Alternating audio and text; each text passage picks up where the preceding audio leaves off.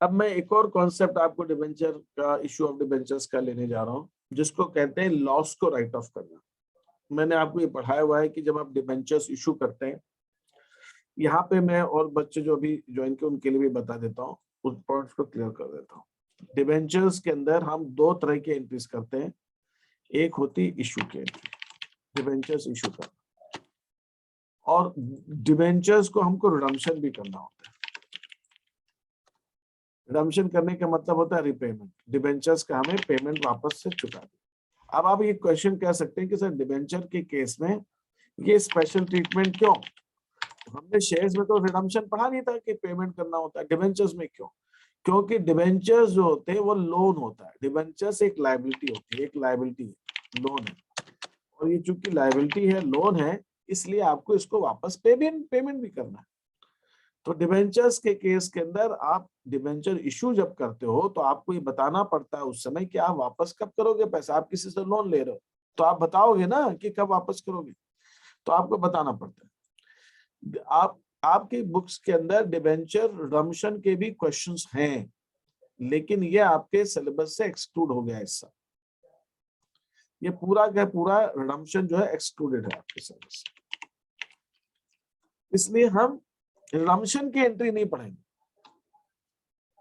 लेकिन रिडम्पशन का affect issue में क्या है वो हम पढ़ेंगे। तो वो मैंने आपको शीट नंबर 4 दी है डिबेंचर्स की, 55 लास्ट वाली। इसके पहले उसके अंदर हमने देखा है इशू के समय रिडम्पशन पे अगर है कुछ चीज उसकी एंट्री करनी पड़ती है इशू के समय, वो हमें देख आना है। रिडम्पशन पे क्या है वो हमें नहीं आना। लेकिन यहाँ पर एक दो चीज मैं क्लियर कर दूं, जब आप इशू करते हो डिबेंचर्स, शेयर्स में ऐसा नहीं है, लेकिन डिबेंचर्स में, डिबेंचर्स आप पार पे भी इशू कर सकते हो, प्रीमियम पे भी कर सकते हो, डिस्काउंट पे भी कर सकते हो। शेयर्स आप डिस्काउंट पे नहीं कर सकते, लेकिन डिबेंचर्स कर सकते हो। और जब आप रिपेमेंट करते हो डिबेंचर्स का, तो आप पार पे कर सकते हो, प्रीमियम पे कर सकते हो, डिस्काउंट पे इम्प्रैक्टिकल है इसलिए नहीं करते। डिस्काउंट पे रिडम्पशन होता नहीं, लोन आप ज्यादा लो पेमेंट कम करो तो वो चलता नहीं, इसलिए इम्प्रैक्टिकल सिचुएशन। यहाँ पर समझने वाली बात क्या है कि जब आप डिबेंचर्स प्रीमियम पे इश्यू करते हो, 100 रुपए का डिबेंचर दे रहे हो, 110 रुपए ले रहे हो, तो ये आपके लिए प्रॉफिट है।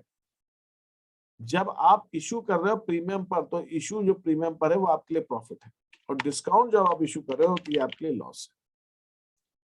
जब आप डिबेंचर्स को इशू करते समय डिस्काउंट दे रहे हो, 100 रुपए का डिबेंचर दे रहे हो, उससे ले रहे हो सामने वाले से 95 रुपीज, तो 5 रुपए कम ले रहे हो, दे रहे हो चीज 100 की, तो आपके लिए लॉस है वो। इसी ढंग से जब आप 100 रुपए का डिबेंचर दे रहे हो, ले रहे हो 110, तो आपका प्रॉफिट है। ये कैपिटल प्रॉफिट कैपिटल लॉस है, ये नॉर्मल प्रॉफिट नॉर्मल लॉस नहीं है। जब मैं प्रॉफिट लॉस बोल रहा हूँ तो कैपिटल प्रॉफिट। इसी ढंग से जब रिडम्पशन पे आप प्रीमियम दे रहे हो, 100 रुपए का डिबेंचर लेके 110 रुपए दे रहे हो, ये आपके लॉस है।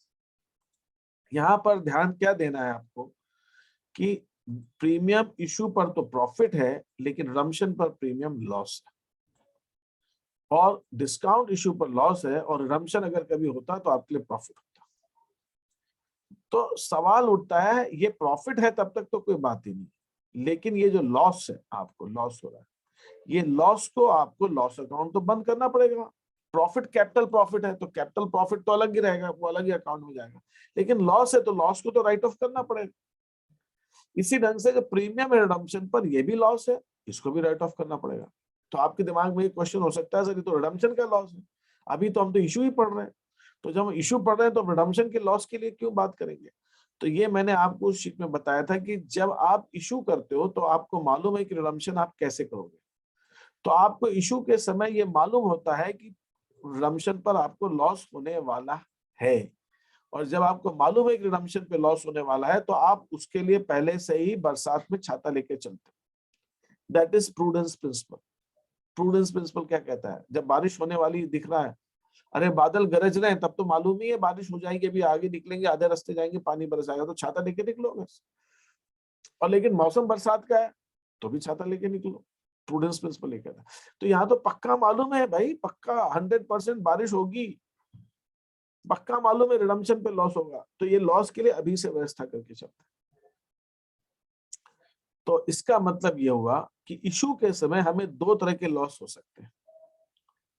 एक लॉस हो सकता है डिस्काउंट, जब हमने इशू किया है डिस्काउंट पर इशू किया वो लॉस, और दूसरा हो सकता है हमें लॉस प्रीमियम और रिडम्पशन का लॉस।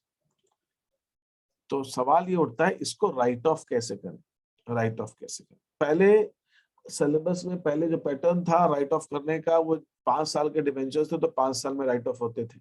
अभी वो नहीं है, अभी वो नहीं है। अभी क्या है सिस्टम राइट ऑफ का, लॉस को राइट ऑफ करने का? बड़ा सिंपल सा सिस्टम लॉस को राइट ऑफ करने का।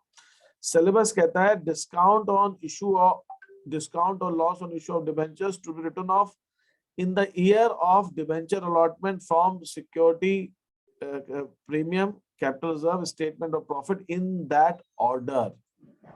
देखिए in that order, इस सीक्वेंस में, in that order मतलब इस सीक्वेंस में। अगर कंपनी के पास डिस्काउंट राइट ऑफ करना है या लॉस राइट ऑफ करना है और कंपनी के पास में एसपीआर सिक्योरिटी प्रीमियम रिजर्व में भी पैसा है, कंपनी के पास कैपिटल रिजर्व में भी पैसा है और statement of profit and loss तो कंपनी बनाती है साल के अंदर प्रॉफिट लॉस के लिए, तो सबसे पहले लॉस को आपको किस में से राइट ऑफ करना है? सबसे पहले आप एसपीआर में से राइट ऑफ करो, जितना राइट ऑफ कर सकते। अगर एसपीआर से पूरा लॉस राइट ऑफ हो जाता है तो बहुत अच्छी बात है, आगे सोचना ही नहीं। अगर एसपीआर उतना नहीं है, लॉस ज्यादा है, फिर आप आ जाओ कि अगर कैपिटल रिजर्व है उसमें से राइट ऑफ करो। कैपिटल से रिजर्व से खत्म हो जाता है तो बहुत अच्छी बात है, आगे बढ़ो ही मत। लेकिन अगर कैपिटल रिजर्व भी कम पड़ जाता है तब जाके आप statement of profit and loss से राइट ऑफ करो। तो ये सीक्वेंस आपको फॉलो करना है लॉस को राइट ऑफ करने में, इस सीक्वेंस में राइट ऑफ करना। और ये किस समय इंस्टॉलमेंट में राइट ऑफ नहीं करना, पूरा का पूरा लॉस उसी साल राइट ऑफ हो जाएगा जिस साल हमने डिबेंचर्स अलॉट किए। बस इतना सा पॉइंट है। इस चीज को जो समय कह रहा है शीट नंबर 56 में मैंने इसको बताने की कोशिश की है, इस चीज को बताने की कोशिश की। अब हम इसकी एंट्रीज देखते हैं।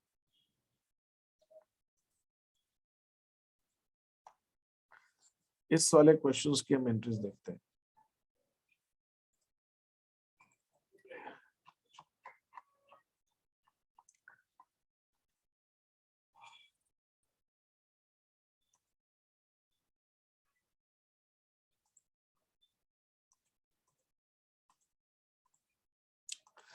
ये है शीट नंबर 56, डिवेंचर की शीट नंबर 5 है ये।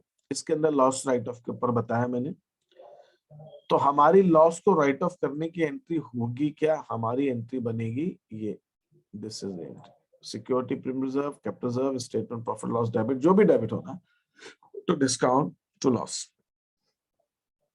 हमारी एंट्री बनेगी। अब जैसे मैंने यहाँ पे एग्जांपल दिया,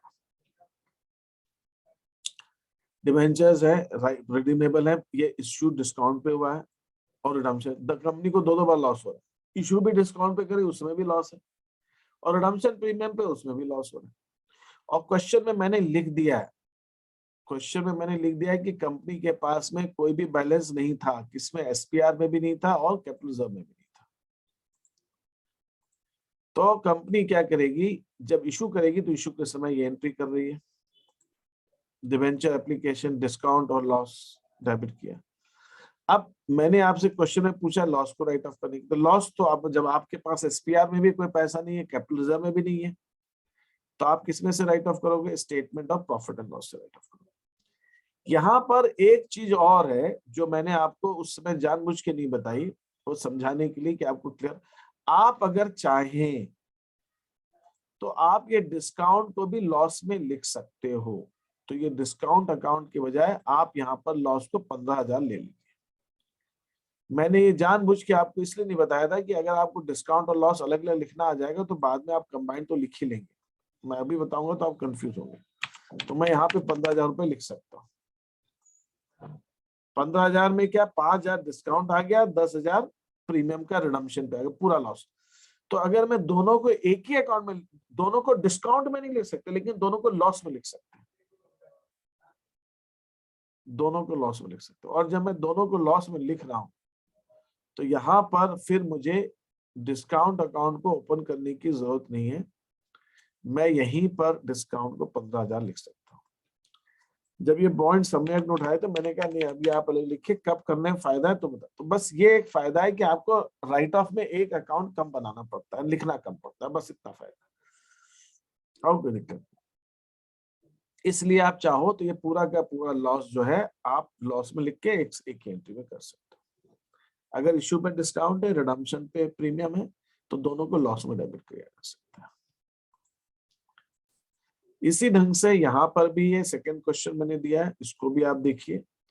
इसके अंदर भी मैंने दोनों को अलग अलग लिखा हुआ है, डिस्काउंट एंड लॉस, ये दोनों, इनको राइट ऑफ करना है।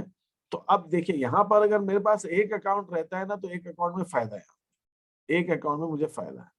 अगर मैं सारे अमाउंट को लॉस में लिख देता हूँ, 38,000 और 19,000, 57,000, यहाँ पे मैंने 57,000 लिख दिया, दोनों को कंबाइन कर दिया। तो मुझे बेनिफिट क्या है कि अब मैं एक ही अकाउंट को मुझे राइट ऑफ करना है। तो मैं जब दूसरी एंट्री करूंगा, अब मेरे पास यहाँ पे क्वेश्चन में देखिए, इशू मैंने क्वेश्चन में दिया है मैंने सर, हाँ कंपनी के पास 20,000 रुपए का एसपीआर है, तो लॉस टोटल कितना हो रहा है 57,000 का, तो 20,000 तो आप एसपीआर से ले लो। कैपिटल रिजर्व में तो कुछ पैसा है ही नहीं, तो आप कहां से लोगे बचा हुआ पैसा, statement of profit and loss. Capital reserve और एसपीआर में तो पहले बैलेंस दिया होना चाहिए, अगर जो कुछ नहीं है तो statement of profit and loss का कोई फिक्स बैलेंस नहीं होगा। स्टेटमेंट प्रॉफिट लॉस में जो है सब कुछ वही जाएगा आखिर में, ये तो समुद्र है। पहले आप एसपीआर में बैलेंस उसको यूज करो, कैपिटल रिजर्व में बैलेंस उसको यूज करो, वो भी नहीं है तब आप एसपीआर में सारा का सारा ट्रांसफर करो। तो ये पूरा का पूरा 57,000 का लॉस हम SPR statement of profit and loss के अंदर हम ट्रांसफर करके उसको बंद कर देंगे। जितना एसपीआर में ले लिया, बचा हुआ पूरा का पूरा हमने स्टेटमेंट ऑफ प्रॉफिट लॉस में। अगर मैं सारा का सारा एक ही अकाउंट बनाता हूं, ऊपर लॉस ही लिखता, डिस्काउंट लिखता ही नहीं, तब मुझे एक ही अकाउंट को राइट ऑफ करना पड़ता। तो मैं यहाँ पे लिख देता 57,000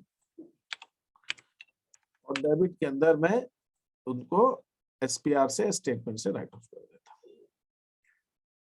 तो इस हिसाब से आपको ये लॉस को राइट ऑफ करना है, बस इतना सा पॉइंट। इसमें मैंने कुछ 3 एग्जांपल दिए हैं और फिर 5 एक क्वेश्चंस दिए हैं, और जो इंटरेस्ट वाली शीट है लास्ट, फिर इसके बाद अभी जो मैंने पहले बताई आप, उसके अंदर मैंने इंटरेस्ट और लॉस राइट ऑफ और इशू सब दिया है, कंबाइन भी दिया है। तो आप उसको भी ट्राई करेंगे तो उसमें पूरा रिवीजन हो जाएगा इशू के चैप्टर का, और उसके बाद आपका इस इशू के चैप्टर में कुछ बचता नहीं है।